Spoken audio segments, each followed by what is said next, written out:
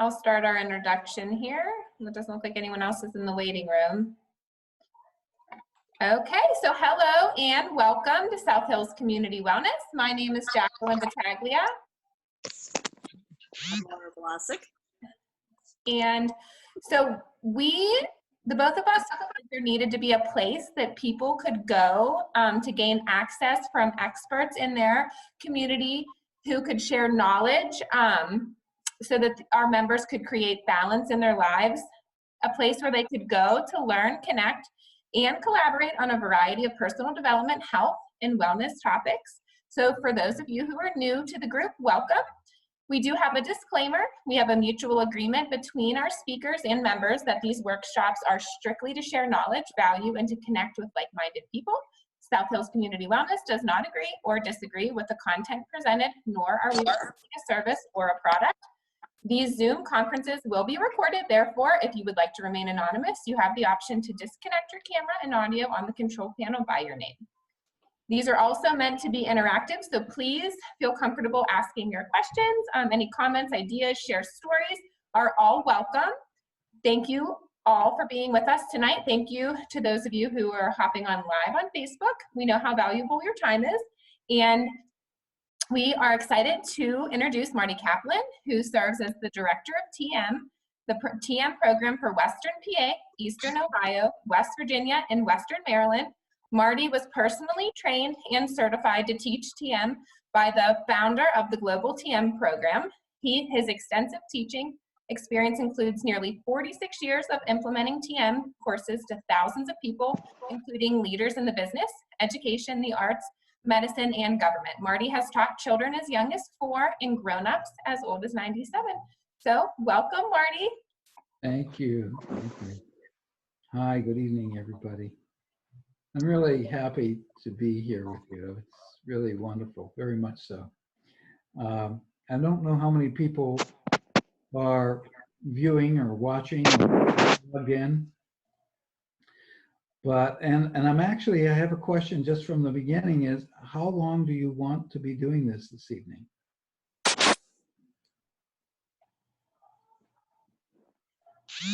What do you think, Laura?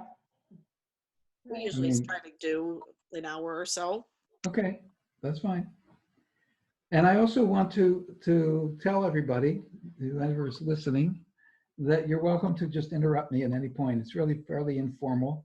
I do have I speak a lot with small groups, large groups, very large groups. So I have PowerPoint presentations, and I cobbled one, like a shorter version of one together this evening. If you wanted to go there, I can pull that up and share my screen, show you some of that thing. But I'm curious, just for starters, I'm wondering if there's who here, has anybody ever learned Transcendental Meditation, the actual technique? I know, Laura, I taught you. No. You know anybody that practices I have. TM?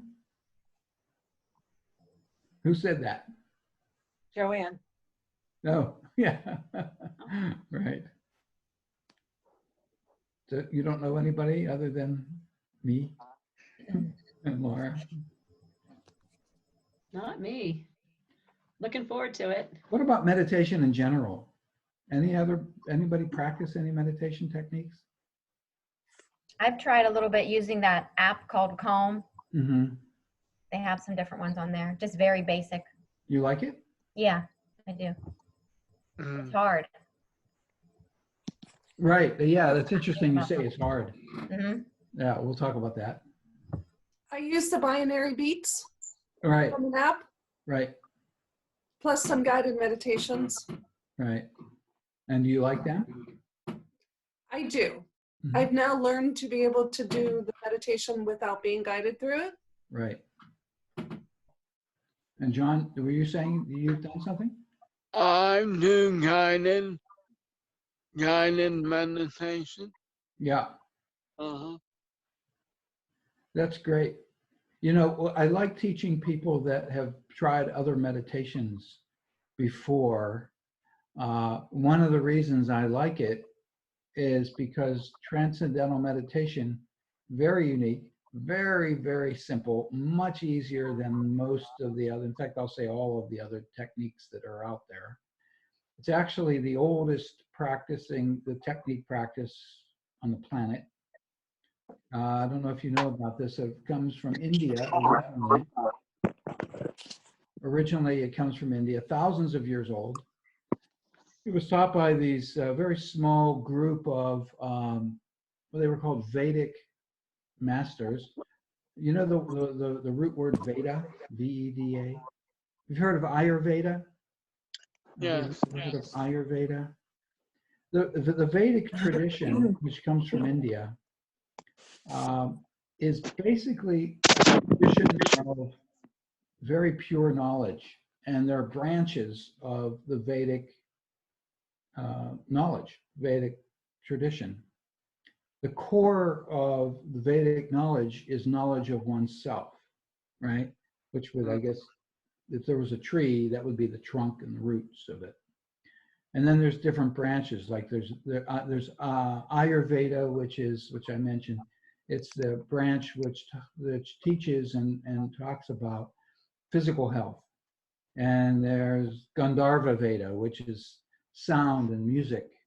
And then there's Vedic astrology, and there's Vedic, all different branches of Vedic knowledge. And the core of it is this technique of what's now in modern times called Transcendental Meditation.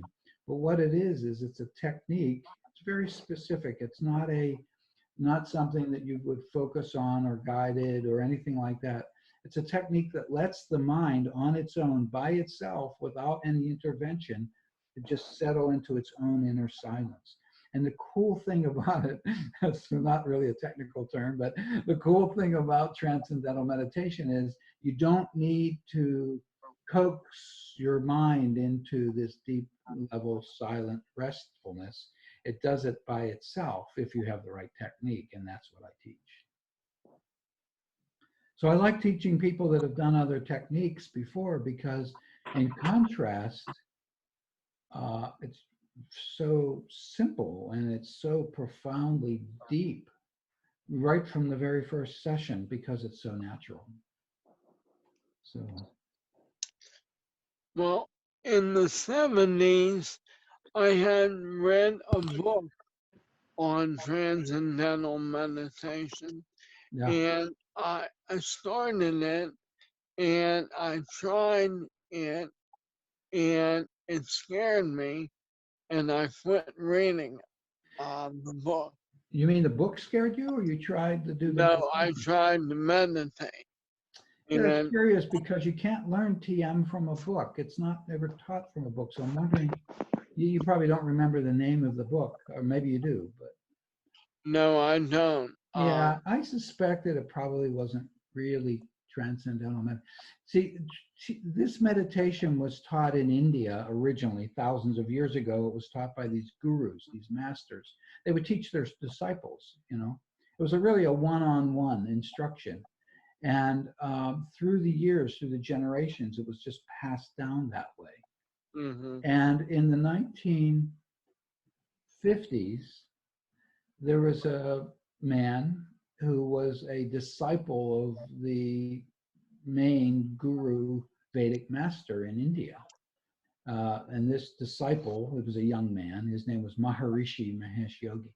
Maharishi decided, and we talked to his guru about it, and his guru was an old man, and actually after the guru passed away in the early 1950s, Maharishi decided it's a modern era. We have planes, trains, and automobiles, right? In modern telecommunications. He thought, I could actually teach a lot of people. I don't need to just teach 36 people in my life or whatever. Mm-hmm. And I could get out there and really but he also understood, of course, that it needed to be taught individually, personally, same way that it was always taught for generations. Otherwise, it doesn't work. And not that it's hard, it's just very individualized. At least the learning process of it is. So he just started traveling and teaching. And what happened was the response was so, it was more than he could handle, frankly. So within a year or two of him starting to travel and teach, he thought, I need to start training teachers of this. So he asked those people that he taught who would like to study with me and become a certified teacher. So you could also duplicate. And that was in the late 1950s. I had heard about this when I was a kid in the 1960s. I'm old. And and then I had an opportunity after I learned the meditation. I was a teenager actually when I learned this originally, and Maharishi was still holding training courses himself personally at that time. So I had that opportunity to study with him, and I learned to teach the meditation. And the training program was about 2 years in residence. So I have a lot of training time with Maharishi. And in the late 1970s, I graduated from that course with Maharishi. And I've been teaching for all these years. So when you say that you learned from a book, it's interesting because it really, you need to learn from an individual instructor. Mm-hmm. Yeah, I'll tell you why. The reason is because, well, I'll tell you what transcendental meditation is. Let me define it. And it's funny, you know, Maharishi is the one that started calling it transcendental meditation.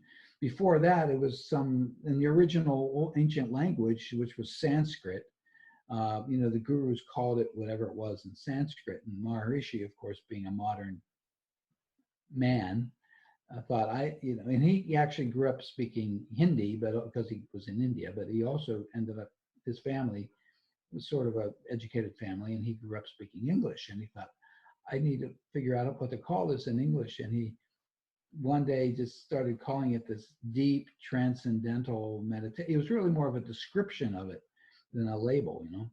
So he started calling it this deep transcendental meditation. And people didn't know what transcendental meant. You know, they knew sort of what the word meditation was, at least in India.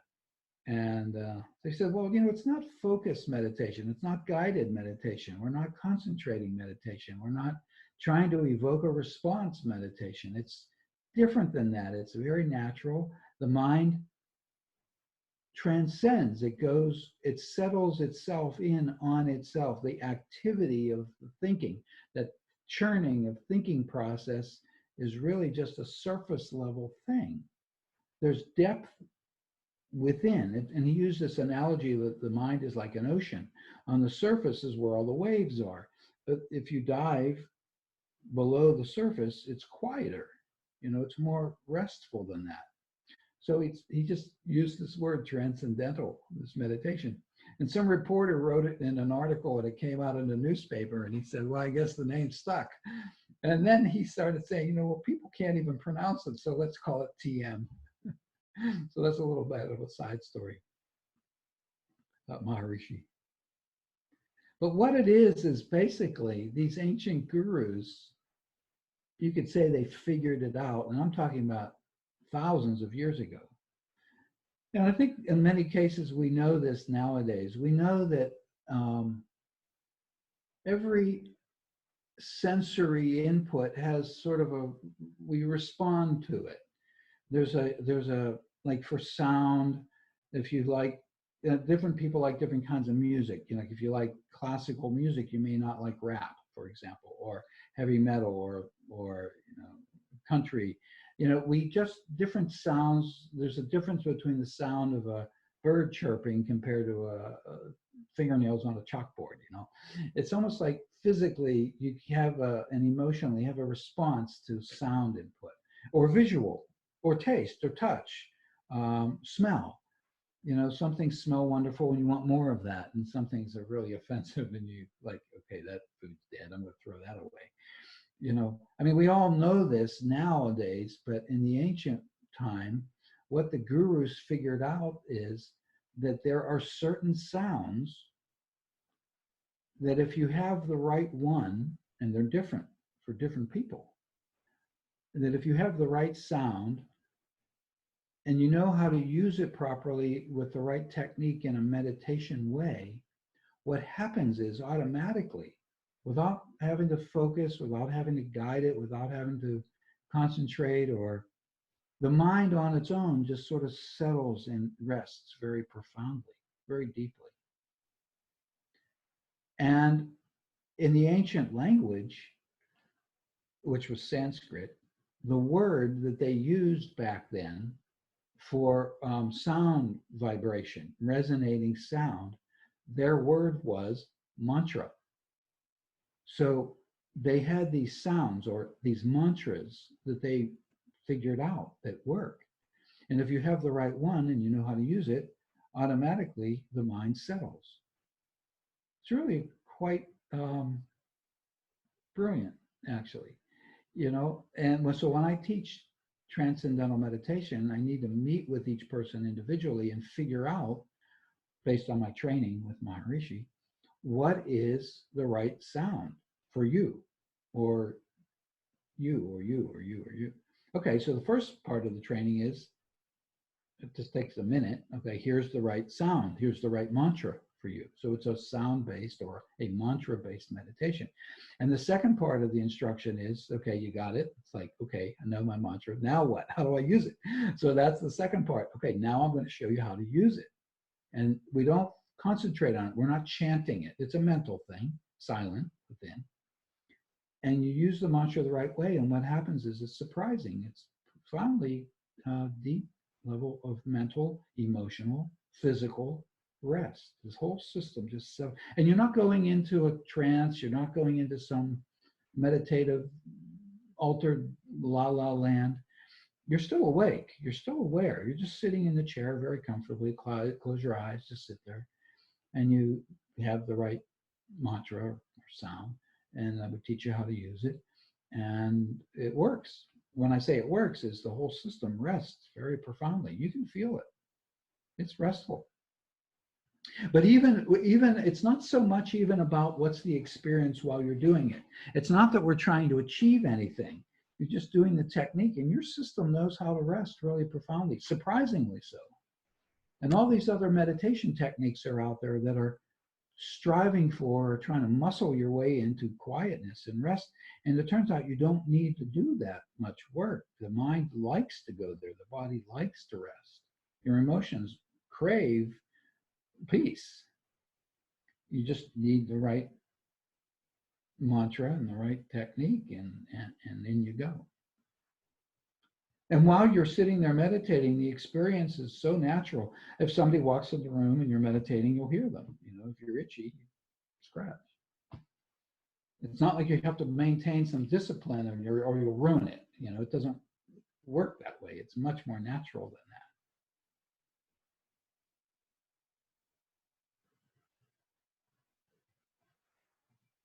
Questions so far? I just love that you said that. Like, you can scratch, like that just takes all the pressure off of it. And right. The fact that you're saying like it's so natural, I don't know, it makes it seem so much more attainable. Attainable is a good word, because every meditation practice that I've ever heard of, other than TM, has a goal that you're trying to attain something. And in this case, that's like saying, I need to practice making sure my blood keeps pumping through my veins. And if I don't get it, then I'm going to have a problem. If I'm not good at that, I'm in trouble. Well, it's natural. You don't need to remember to keep the blood going. You don't have to remind yourself throughout the day to keep your heart beating, for example, or breathing.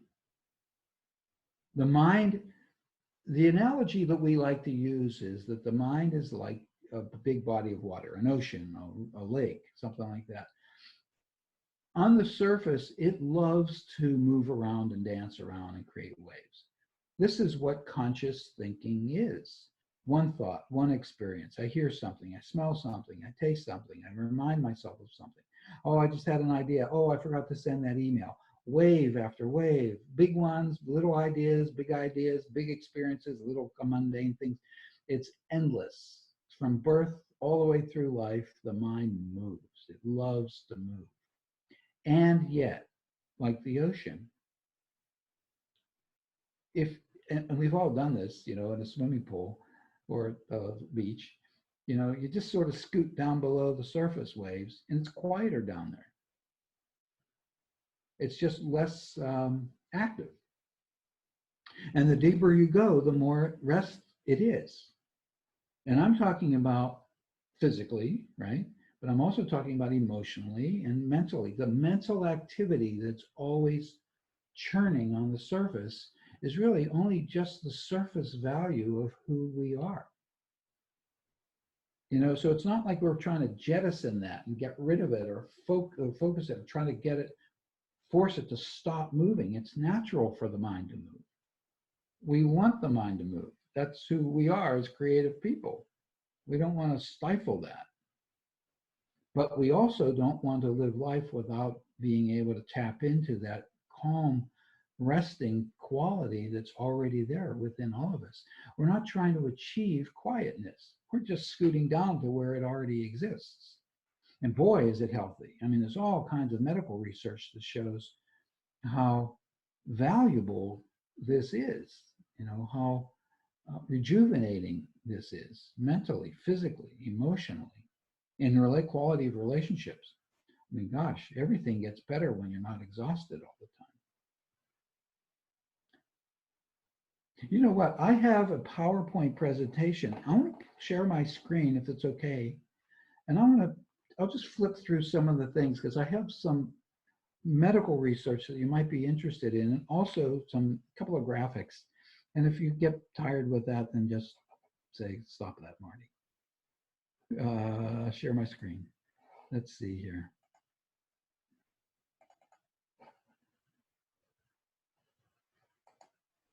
Okay. Why is it not doing what I want it to do?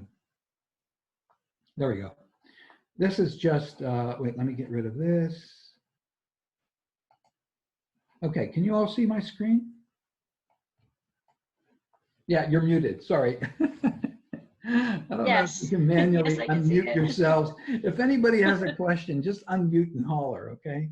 By the way, I thought I would start with this. I always do this when I have my PowerPoint presentations anyway, because sometimes people like to make a note of who I am and how to reach me. So there's my email address and my phone number. It's very cool. Actually, see that phone number? It's a really good one. I've had it for years, and that's my cell phone. So how do you like that? I'm proud of that. So I'm just going to flip through this quickly. Tell me if you want me to stop or go faster or slow or whatever. So the first thing is, and why is it not moving? Come on, computer. It doesn't want to move. There we go. So I always like to ask people, what is it? What is Transcendental Meditation? And I'm not going to read all of these slides to you, but it's a very simple technique that promotes mental and physical health. And by the way, there's one of the point on the bottom there, a natural way to develop creativity and IQ. One of the things, I was just speaking with a psychologist yesterday, a friend of mine, one of my students actually, and we were talking about IQ scores. And Transcendental Meditation has been found to be the only thing medically that reliably increases a person's IQ, and not just on occasion. Everybody that practices TM, if you actually do a pre and post test of IQ, they find that the IQ goes up, which is really cool. Okay, so 3 main points. Transcendental meditation. One is it's simple. And when I say that, I don't mean it's like a beginner's or a simplistic type of a meditation. It's so simple because it's so natural. It's just, there's an elegant simplicity to it. We don't concentrate, we don't focus the mind. It's not like a hypnotic, suggestive thing. You don't have to exert any sort of discipline in order for it to work because it's effortless. And it's effortless when I say that, I mean, literally, you don't have to remind yourself to think thoughts. Nobody ever runs to the doctor and says, oh my gosh, it's been 4 hours or 2.5 days and I haven't been thinking anything and I'm broken and something's wrong. The mind thinks automatically. You wake up in the morning and you start having thoughts about this and that, and it just is endless. It goes all day. And it's because of that that TM works. It's because the mind effortlessly thinks. You just sit in a chair comfortably. Typically, we meditate for about 20 minutes, a couple of times each day, once in the morning and then later in the day. You don't have to be in your favorite meditation spot. I've done it on airplanes. I've done it in airplane terminals.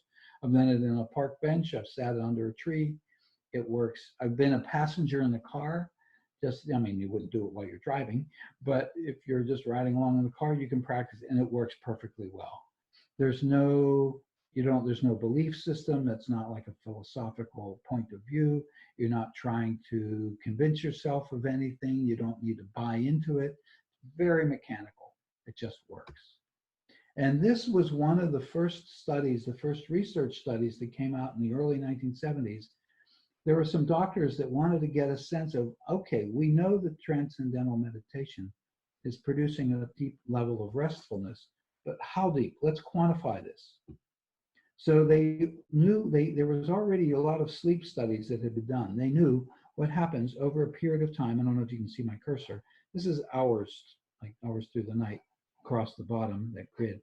So as you sleep deeper, you go deeper and deeper, deeper through the night. And after about 5 hours or so, you start to come out. Well, what they found was with transcendental meditation, there's this deep drop of restfulness within just a few minutes.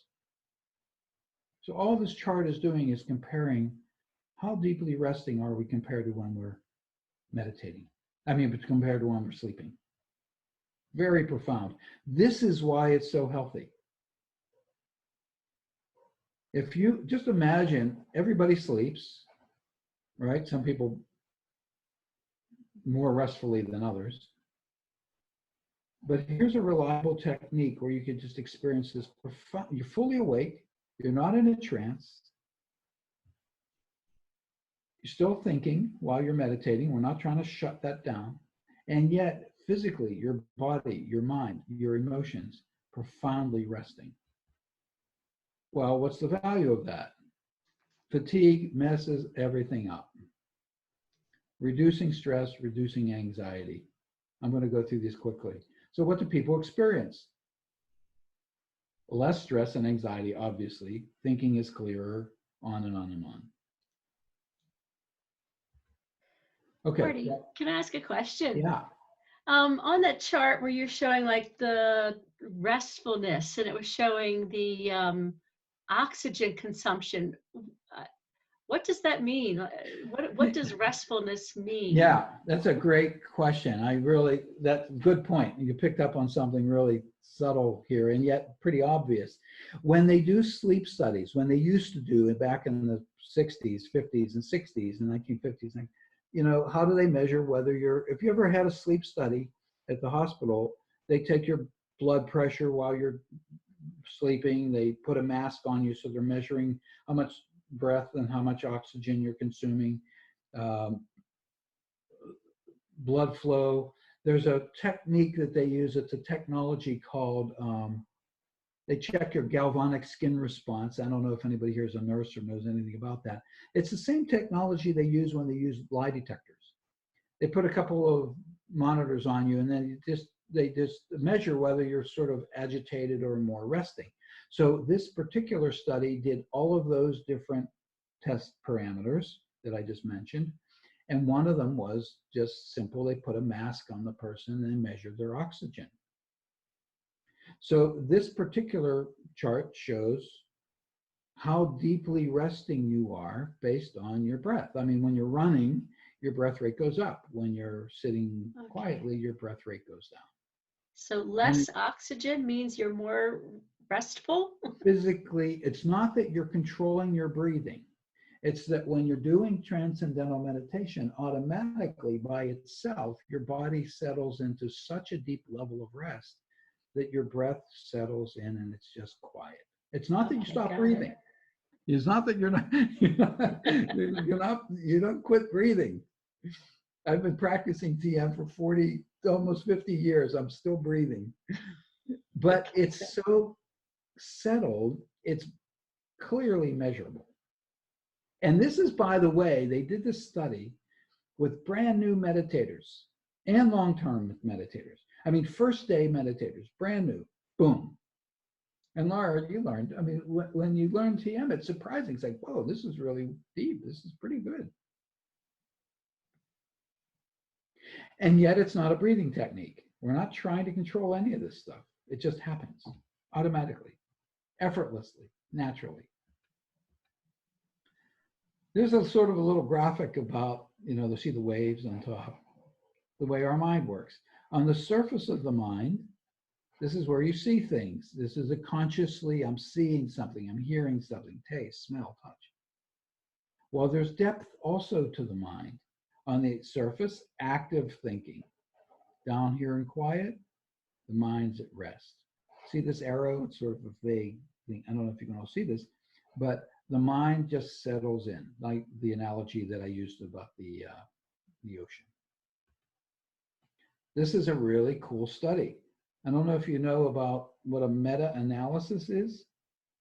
A meta-analysis is where they take a whole bunch of other studies, they crunch all the data, and they look what the whole overall, what lots and lots and lots of different research studies point to. And what they found was 146 studies, a meta-analysis of all kinds of meditation techniques and relaxation techniques. You see the second one down underneath transcending? The second one is placebo. That basically means if you're expecting some sort of a response, yes, it is, you can actually get a response. And all the other meditation techniques are pretty much on par, very similar to just placebo. And in fact, this one at the bottom, this concentration, you see how it actually increases anxiety. This was a compilation of studies that simply looked at people's anxiety levels. Very, very significant. TM is very unique because you're not doing anything to try to evoke a response. That would be any meditation that you, whether you ever learn transcendental meditation or not, but if you're practicing a meditation and you're actively doing something in order to try to get a response, then you're engaging the mind in more activity. And this is not to pick on other meditations. That's not why I'm saying this. It's just so you understand the mechanics a little bit. TM is actually effortless. It's like gravity. You don't need to work at gravity working. You just set up the conditions and let go, and it just works. This is a more recent study, 2013, somewhat recent.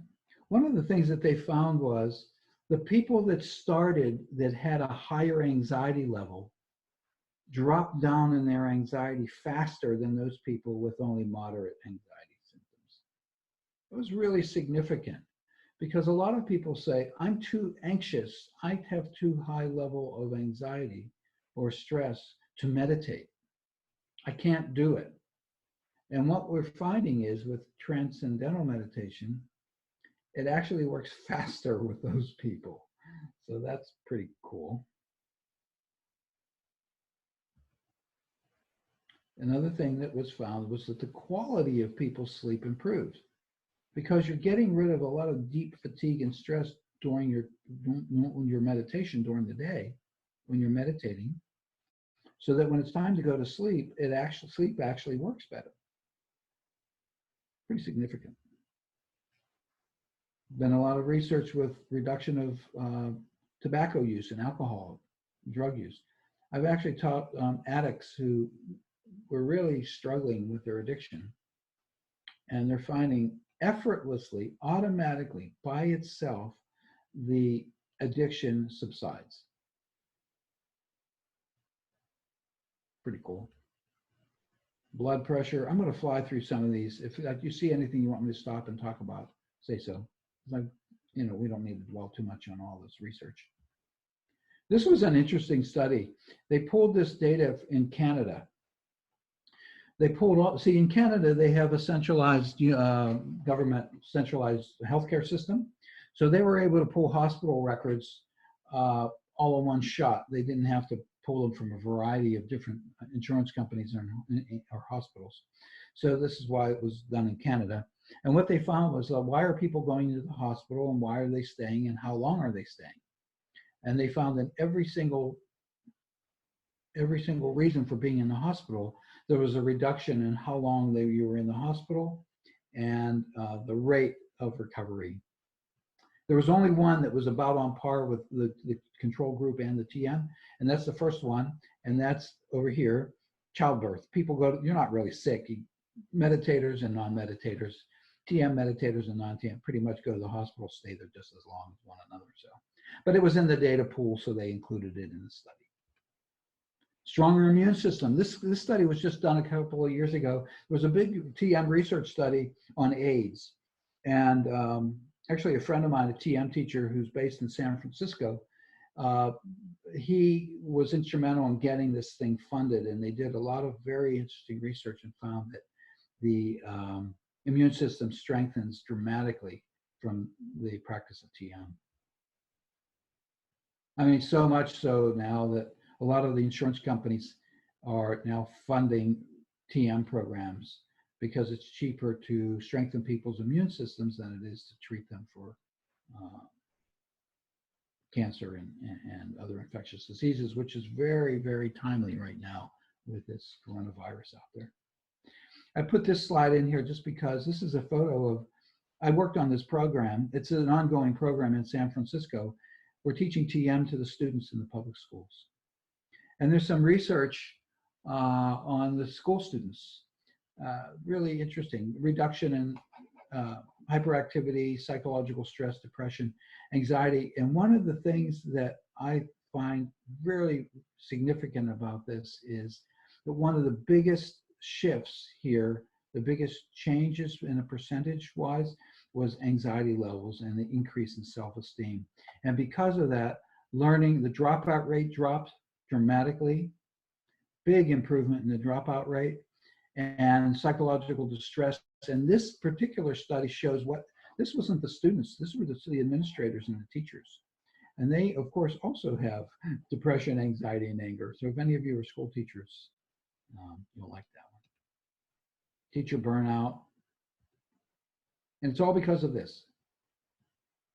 It's the level of rest is so profound. Your body, your mind, your emotions know how to balance themselves by themselves. We're teaching in military colleges now. The Department of Defense and the Veterans Administration are funding research programs, and we're going into teaching new cadets when they come into military college and military academies. So these are future officers that are being trained, and they have these programs where they're just all learning TM when they come in as new cadets. It's really great, very exciting. This was an older study, but what it shows is, I talked to a neurologist about this, and I asked him, how do you really read this chart?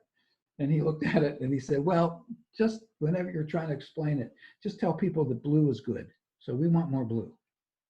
So if any of you are neurologists, you probably know how to read this better than me. And one of the things that they found is if you compare a brain that is highly stressed, that's this one here, it's almost like there are these what they call functional holes. It's not like really Swiss cheese in the brain, but what it is there are parts of the brain that just don't function. This is the front of the brain in these illustrations. This is the back. And if you know anything about brain function, higher reasoning, thoughtfulness, consideration, calm, creativity is centered in the front part of the brain, and what's called the prefrontal cortex. So this is good, this is not good. In the ancient literature, I'm going to fly through some of this. You know, there's this expression of samadhi. I don't know if you know that word, but it was described as this meditative state in the ancient, in the Upanishads, which is an ancient writing from the Vedic tradition. It says, it's referred to as the peaceful, or the blissful. That undivided is thought to be the fourth. That's your own self. That is to be known.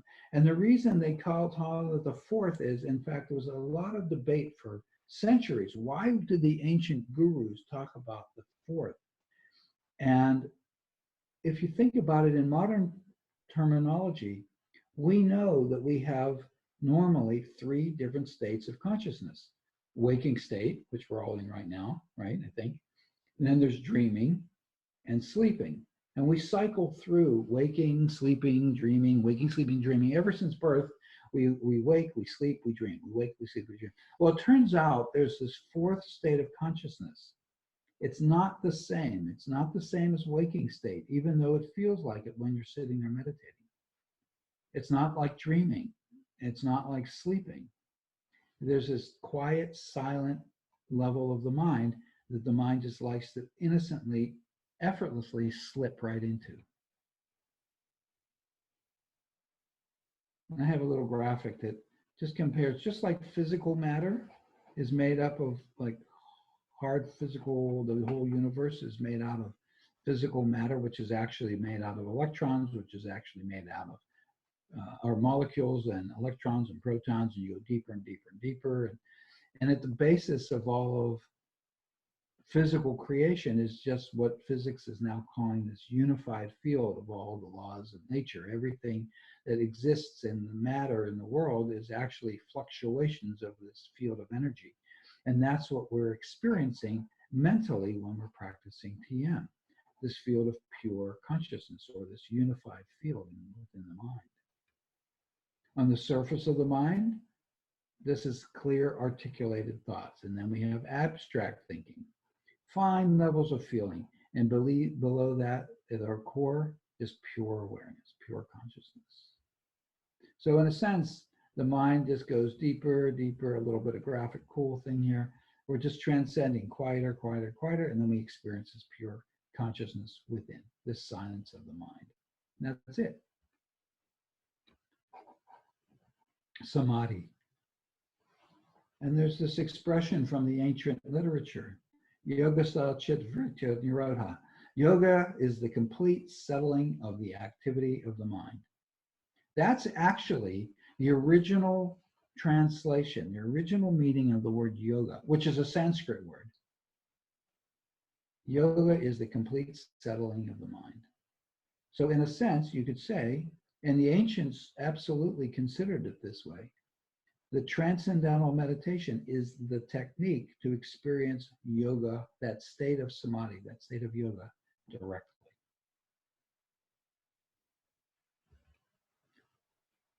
This chart I'm going to go through quickly. There's different kinds of meditation techniques, and you can see by the brainwave activity, focused attention, you can see how the brain is a very high-pitched frequency of functioning.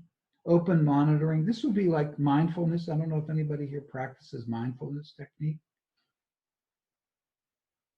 where you're watching your thoughts, not necessarily making judgment call, but just watching your thoughts. Different pattern of brain function is very harmonic, integrated, restful state. Theta waves are more contemplative type of brain function. Alpha 1, that frequency, is a deep state of wakefulness and at rest. And that happens automatically. By the way, the TM, a lot of this research, most of this TM research was not done by TM people. They were done in hospitals and universities, so around the world. So here's a nice illustration of the harmonic that sets up all the different parts of the brain just sort of in harmony with each other. Each horizontal line, and just so you know how to read this if you're interested, each horizontal line is a different electrode on a different part of the brain, on the scalp. So if you read it left to right, that's timeline from the left to the right. So all these different parts of the brain are sort of in synchronous with each other. They're all doing the same thing at the same time. It's like this. All the different points, these little bars and dots, are all the different points on the scalp that are connecting and communicating with each other in a very harmonic way. So what's TM? A way to rest, relax, very simple technique. Yes, it's all of this stuff. So there's a little joke thing that I have on that little cartoon. Come on, I don't have all day. You know, a lot of people spend a lot of time trying to get quietness, and it turns out you can just set right into it. and it works very innocently, very automatically.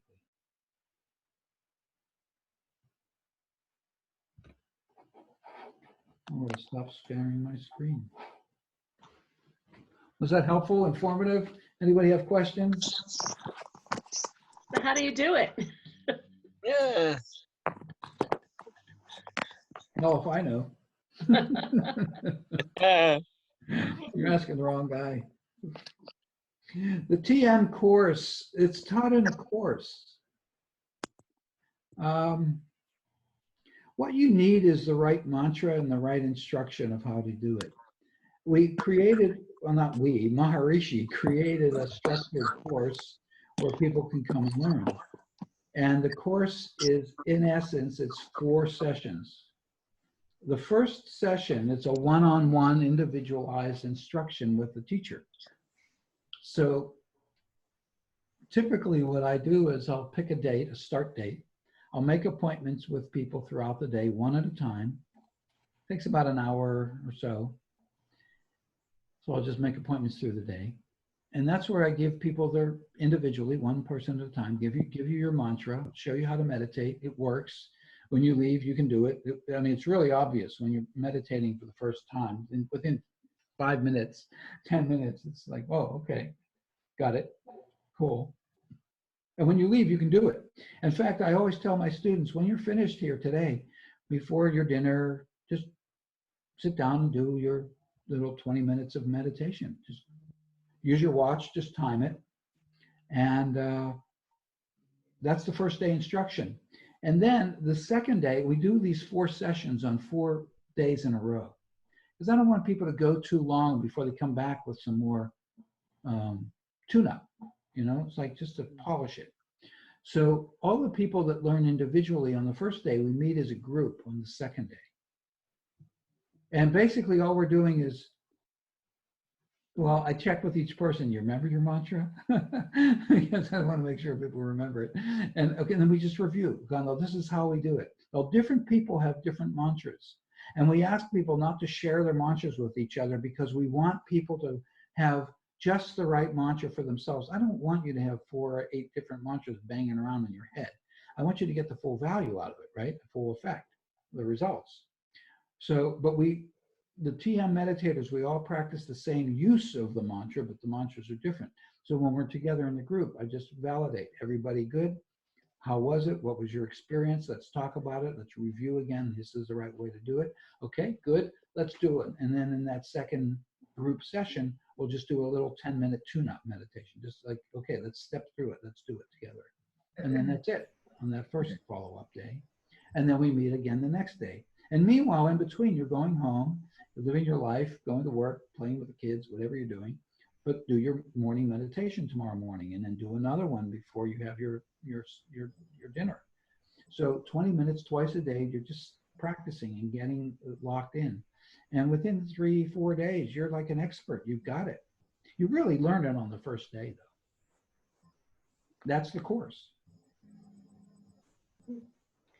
Marty, how does one find their mantra? Are you saying that I find it. You find it? That's my training with Maharishi. I mean, there are certain sounds. There's not an infinite amount of mantras. You know, it turns out these gurus, thousands of years ago, they realized, okay, certain sounds work, other ones don't. Let's just use the ones that work. And then, you know, all these common mantras that you see out there on the internet or you get in books like Om, you know, that's really a common one. Yeah. You know, it doesn't work. It's an interesting, it's sort of, I don't know if anybody's ever tried to do meditation with Om, or, you know, there's other ones that are out there. They might be restful and they might feel soothing, but they don't produce the result of transcending, so we don't use those sounds. But I have like a 1-page registration sheet for the course, you know, the name, address, phone number, all this, email address, that kind of contact info. But then there's some medical information on there and educational information on there. And, you know, I'm able to go through, based on my training with Maharishi, I can go through that and just determine, based on that information that you would give me, and I can determine what's the right mantra for you. And I'd say, okay, take a minute, go through it, figure it out. Great, I know what your mantra is. Here it is. Boom, there's your mantra. Got it? Okay, now I'm going to show you how to use it in the meditation.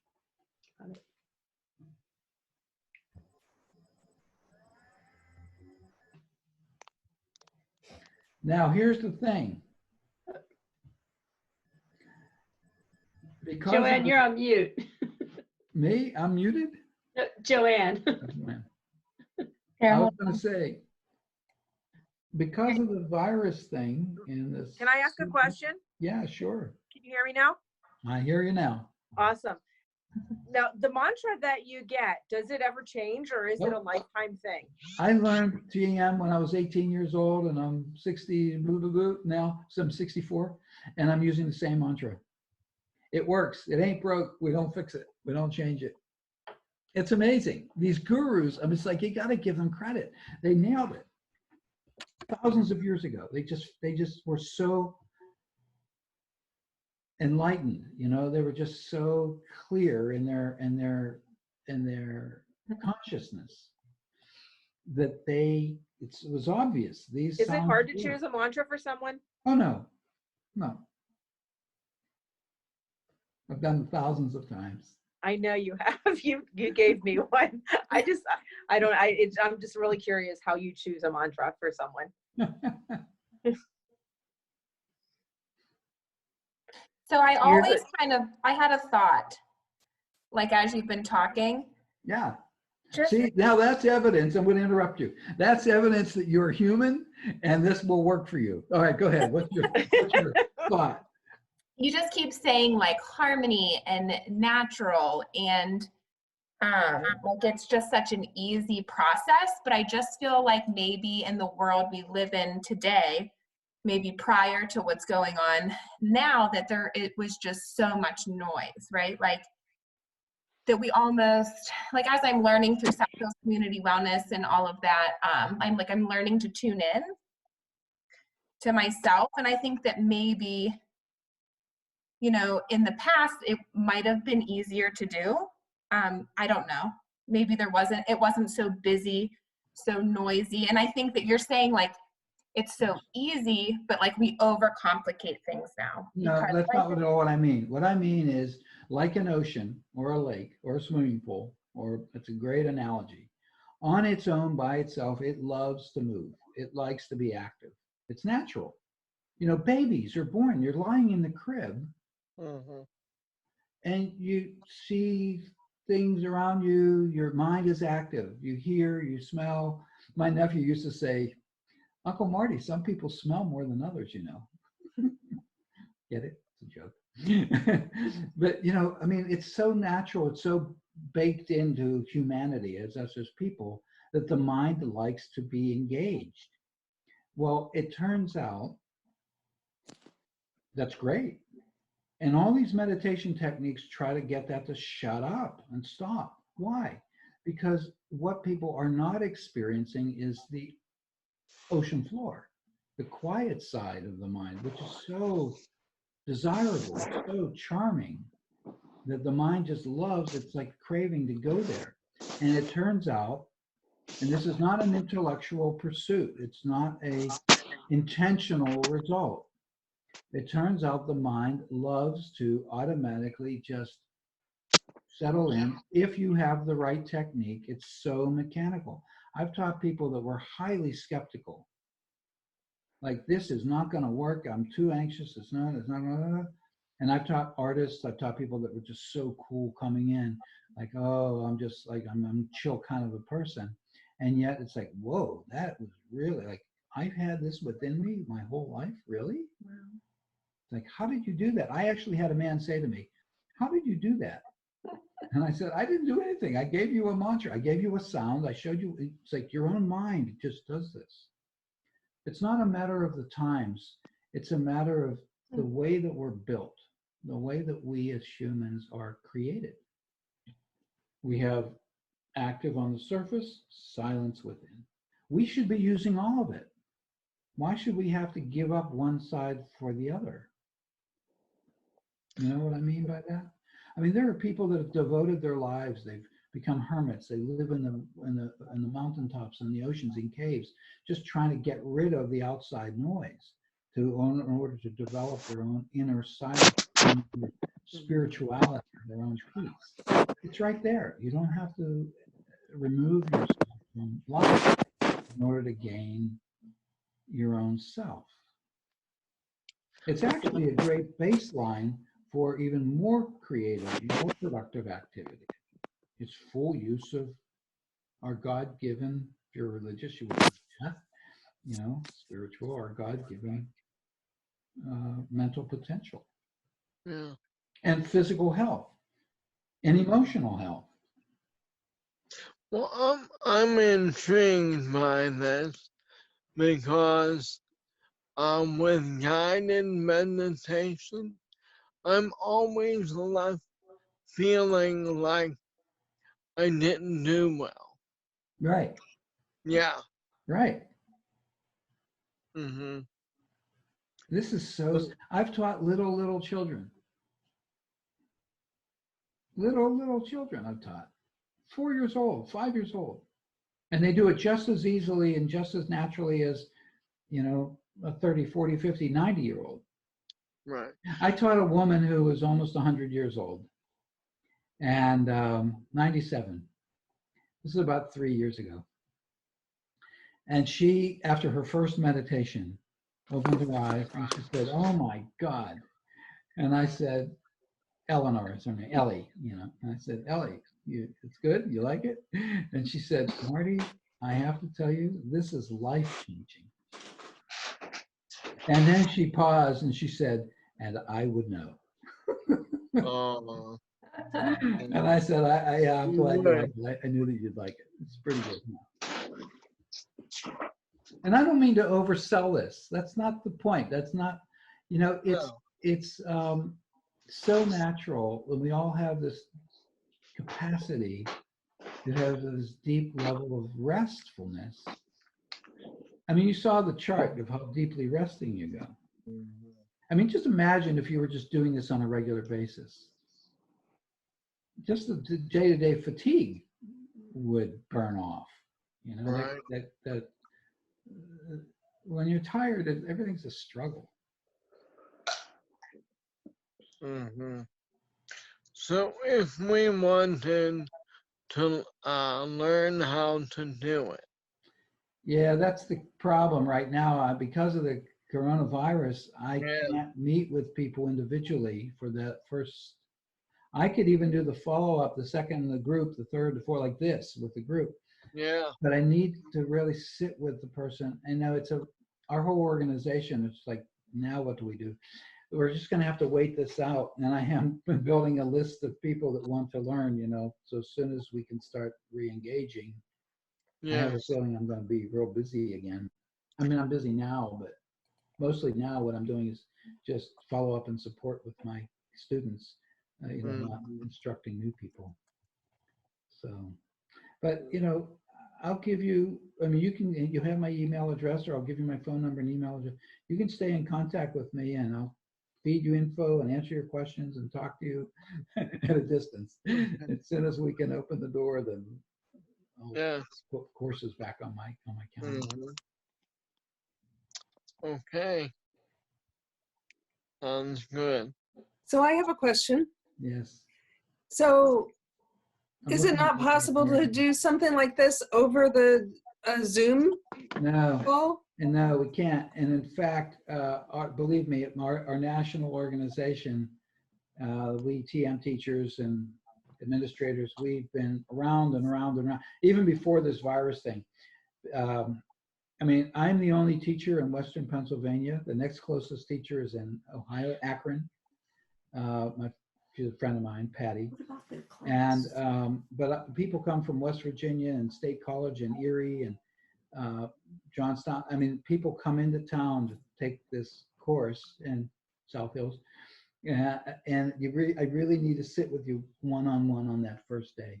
If we could do it remotely, it would be great, but it wouldn't work. So there's no point in us pretending that it would. I mean, we would just be wasting your time and money. So I can tell you about what the course fees are too, by the way.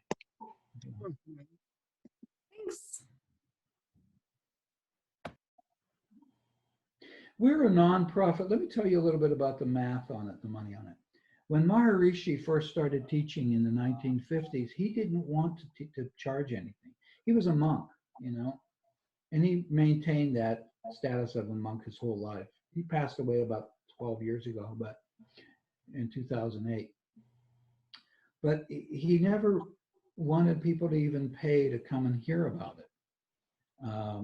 He thought, you know what, come and let me tell you about it. And if you feel that you want to learn, you know, we'll create a little nonprofit charity and make a donation, you know. So that's sort of the model. And also, once you've learned, if you ever want to come back for follow-ups, tune-ups, support, connection with your teacher, he never wanted us to charge for that either. So our business model, if you want to call it that, we're a nonprofit educational organization. And the model is we have a price structure, but it's more like, I don't want to say a suggestion, but a request. If you can pay this, great. If you can't, we have a sliding scale. And we just ask people on the honor system, based on what you feel you can afford, where do you fit on this scale? And that's what you would pay. So right now, the highest price is a little less than $1,000. But that's for a lifetime program, you know, full instruction lifetime program, but it comes down from there. And what's been happening is people that can afford to pay the full price, we ask them to pay the full price. And other than that, probably 60, 70% of the people I teach don't pay that full price. They pay what they can on a sliding scale. Marty, so I feel like I'm starting to understand a little bit better. So is this something the mantra, then you say it silently? Does it have anything to do with, like, because I know you said how the Om doesn't work, and I know like you have that vibration in your vocal folds, and I didn't know if it had anything to do with like vibration or if it was strictly just the words and how that connects. First of all, it's not words. Okay. I'll clarify this, not to pick on your wording, Yeah, but words, like if I said lampshade, right? Now we all speak English, and when I say lampshade, we know what that means. That's a word. It has a meaning. But if you didn't speak English and I said lampshade, you wouldn't know what I'm talking. All you would hear is the sound value, lampshade. But it's devoid of, so these mantras, they're sounds. There's no meaning. They don't mean anything. So it's not an intellectual, conceptual meaning. They're sounds. So for example, you know, if I said to you lampshade, okay, your mantras, and that's not a real mantra. But like if I said, you know, potato, they're not long phrases. They're simple little sounds. And it's done silently, mentally, but you're not focusing on it. You're not concentrating on it. You're not trying to line it up like rhythmically with your breathing or anything like that. It's much easier than that.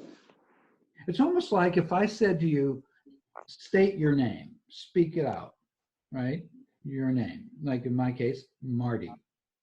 Well, if I think my name, it's still the same sound. It's just more, less expressed, more subtle than speech. You could say it that way. So the most outward expression of that sound is speaking or yelling. And then quieter would be maybe whispering it, or quieter than that would be thinking it. Well, the mind goes deeper. The mind has a lot of depth to it. And we're not trying to get deep. With the use of the mantra in the proper way, the way I would show you, automatically on its own, it just settles in. It's almost like the wave on the surface flattens out. And what you're left with is rest. And it doesn't mean that suddenly when you're meditating, your mind shuts off and there's no thinking. It's not like you suddenly have no waves, no thoughts, no perceptions. It's not like that. Your mind is free to move when it wants to have waves and move, and it's free to rest when it wants to do that, and it does both. And we don't do the TM specifically because we're trying to achieve a particular experience while we're sitting there meditating. It's really not about the sitting there for 20 minutes and having some sort of meditative experience. It's really about the health benefits that come from doing this on a regular basis. You know, I use an analogy. Some people love to shower. They could just be in the shower all day long. It's the shower experience that they love. Most of us shower because we want to be clean, right, throughout the day. So we meditate for the value, the benefit that it gives you to your day, to your quality of sleep, to your quality of thinking. It's not really that we're sitting there because, oh, I want 20 minutes of silence and the rest of my day can just be hell, and then that's fine with me. You know, people do this because they want results.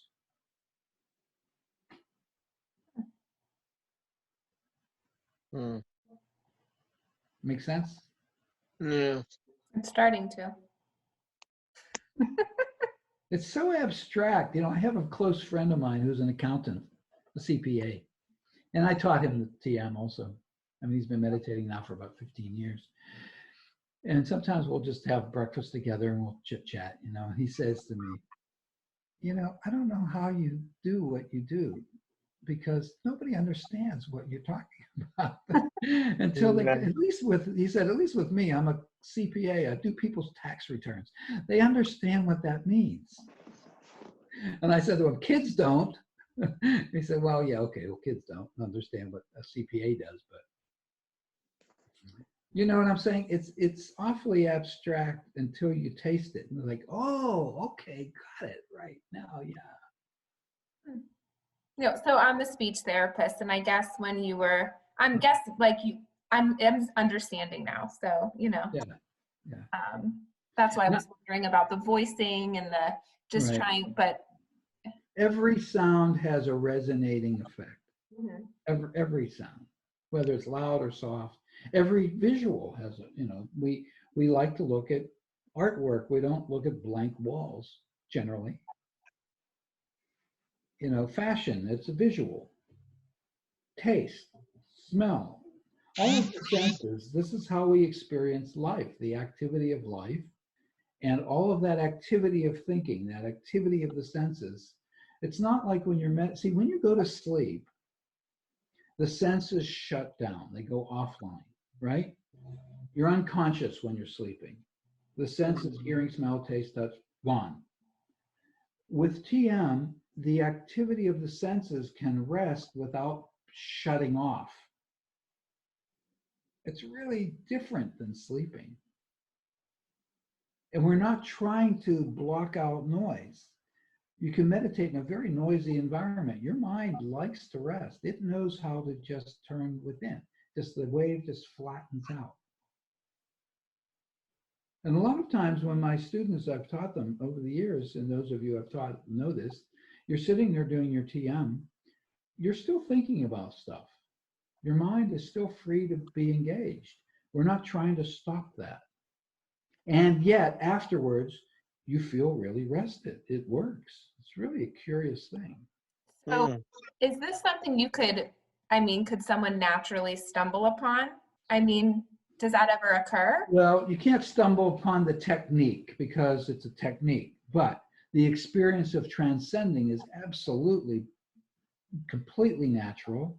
And through history, I mean, there are poets and writers and philosophers that have described these flash moments of this.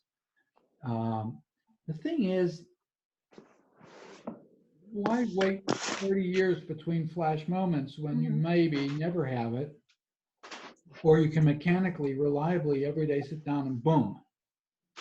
And I don't want to say induce it, but just allow the mind to mechanically just slide right into that deep transcendence. It's so healthy to be able to know how to do it at will. You don't need hours of practice. You just need a 20-minute little meditation and it does the trick. It's like you don't have to stay in the shower all day long to get clean. It's, you know, it's efficient. Imagine if you never learned how to bathe. Life would be so different, wouldn't it? Well, imagine you never learned how to transcend. And now you learn. It's like, whoa, this is pretty good. I like this. I'm actually clean.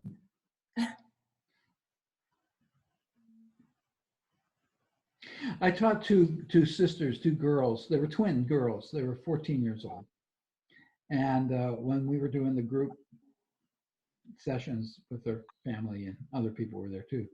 And the one girl said to me, do I have to do this every day? It's like, do I really need to do it every day? And then we got into this discussion about, like, we started talking about showering and bathing. Now these were, 14-year-old girls. But of course they're going to be bathing, right? And so the one girl said, well, you wouldn't consider, she said, well, do I have to meditate every day? Do I actually like bathe every day? And her sister said to her, ooh, don't even talk about that. Like, that's gross.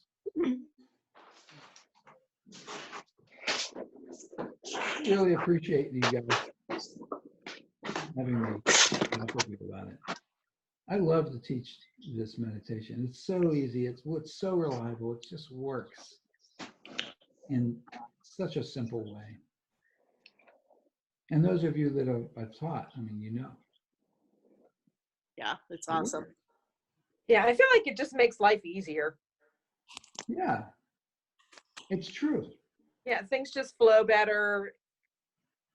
It's just easier to organize. And the nice thing also about it is it's not like you need to do it every day. I mean, we recommend it because it's like bathing, why not? Just do it every day.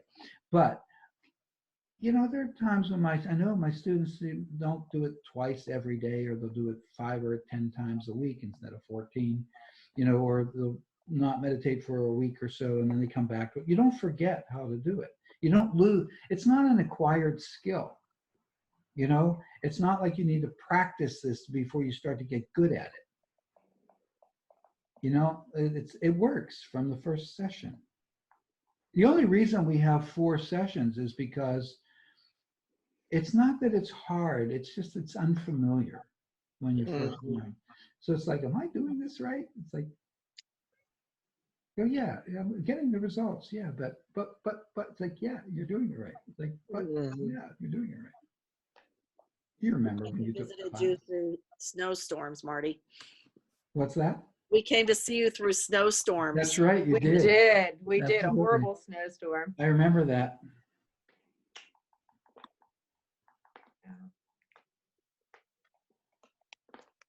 I see your little note there, Mary. So You go by Hey, Mary. Marian. What's that? I was just waving by. Thank you for coming. I love talking. You all have my contact info? I will share it all too, Okay. make sure everyone has it. And don't be shy. Call me. I'll talk to you. I'll get on Zoom. Who else still on? How many people are still here? 8. You don't know how many people were on Facebook. There are like 8 to 10, I think. Okay, So we had close to 20. great. Nice. Marty, do you mind if I share this to YouTube and then I can put your contact in there too? Sure, go for it. Okay. can you do outdoor sessions? Ooh. That's nice. Katie, he 6 lived foot, 6 feet away. Only in December yeah. in the snowstorm. Yeah, it's really tricky. It's technically I could, but I'm wondering, I wonder how smart it is. Yeah.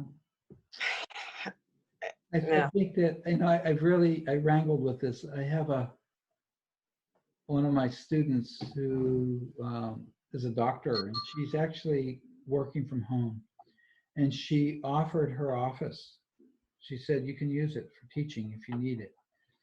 And then I had been there, I had seen her office, and it's like, you need to get through security to get into the building, and it's like, maybe now's not the right time to do this. I mean, people have families, they have friends, they're going home. We're really supposed to just cool it for now. It's just not worth the risk. I agree. Yeah. Yeah. Be safe, be healthy. Yeah. Yeah, it's a brutal virus, so I'll be Yeah. here.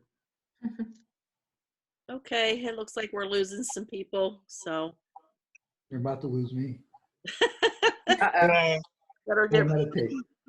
wrap it up. By the way, this is what it looks like when you're meditating. You're just sitting there with your eyes closed. Not much to look at. Well, It's not thank like you have very to hold much. your- You don't need to Thank hold you, your Marty. or anything. You're welcome. Really nice to meet you Thank all. you so much, Marty. Thank you. Everybody. Marty, thanks. Yeah, we'll have See to you. do a Zoom call with you. Okay. Let me know. Bye-bye. Text me, call Thank me. you so much. You're welcome. Good night. Good night. Night.